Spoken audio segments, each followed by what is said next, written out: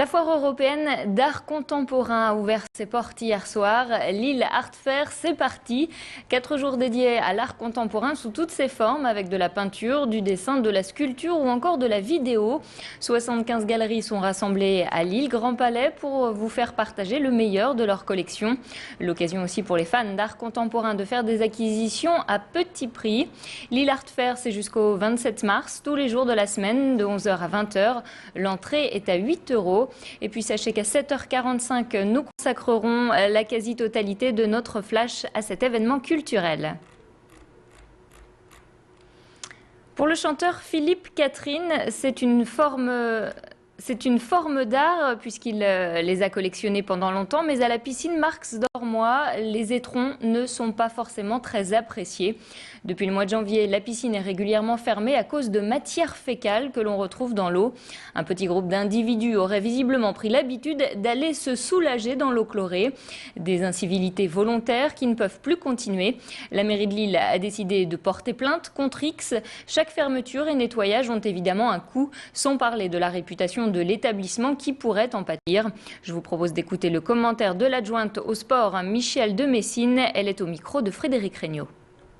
Nous avons pris des mesures de surveillance autour des bassins, un peu plus renforcées que la surveillance pour la baignade, de manière à apporter un peu plus de sécurité de ce point de vue-là.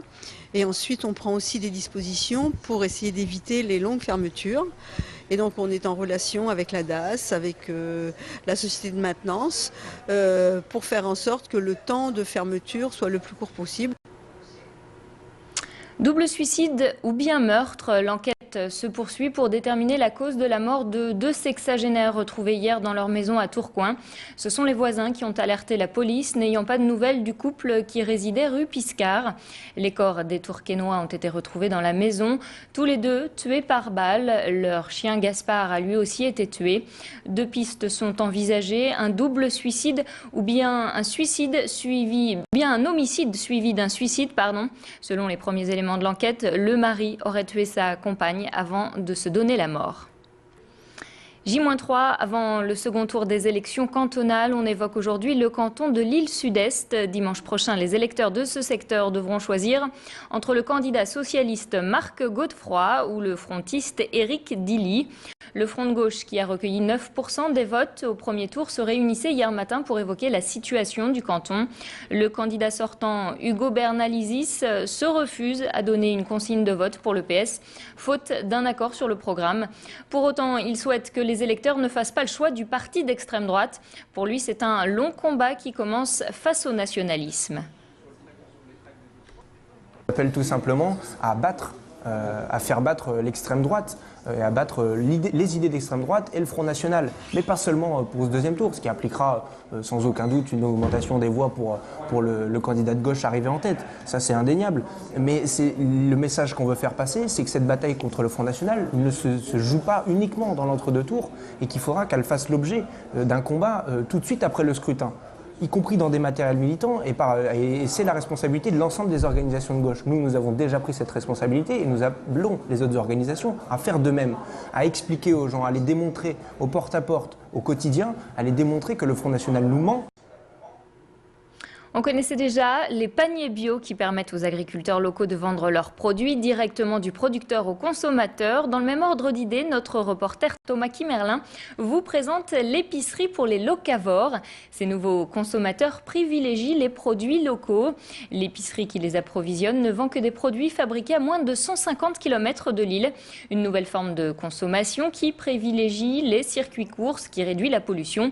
Et oui, qui dit produit du coin, dit moins de transport et donc moins d'émissions de CO2. Les deux fondateurs de ce concept vont même jusqu'à vous livrer en vélo.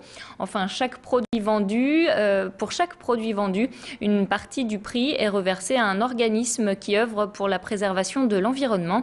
Plus d'explications avec le cofondateur de cette épicerie atypique. Nos étiquettes, on a une éco-compensation pour chaque produit en fait, donc c'est un peu comme quand vous achetez de l'électroménager, il y a une taxe qui est reversée. En fait, c'est pas une taxe, on inclut ça dans le prix et nous on reverse une somme à une société qui s'appelle Climactis et qui réinvestit l'argent pour réduire l'impact environnemental. Pour chaque produit, on présente son caractère équitable, son caractère local, son caractère bio et son emballage. Un peu de féerie avant de se quitter. Je vous emmène à présent faire un tour de piste. Le cirque Arlette Gruss a posé son chapiteau sur le Champ de Mars de Lille. Sur scène se relaient 40 enfants de la balle accompagnés d'une cinquantaine d'artistes à quatre pattes.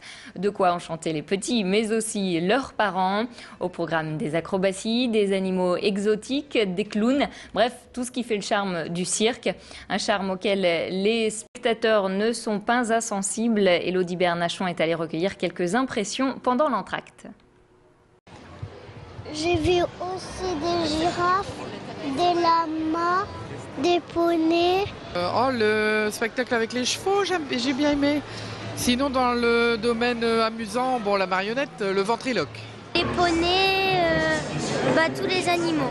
Alors moi, c'est l'ensemble, mais surtout les chevaux, les animaux, c'était pas mal. Aussi des dames aussi et des messieurs. Le cirque Gruss est à Lille jusqu'au 3 avril. Petit aperçu des acrobaties que vous pourrez découvrir sous le chapiteau avec ces images d'Élodie Bernachon.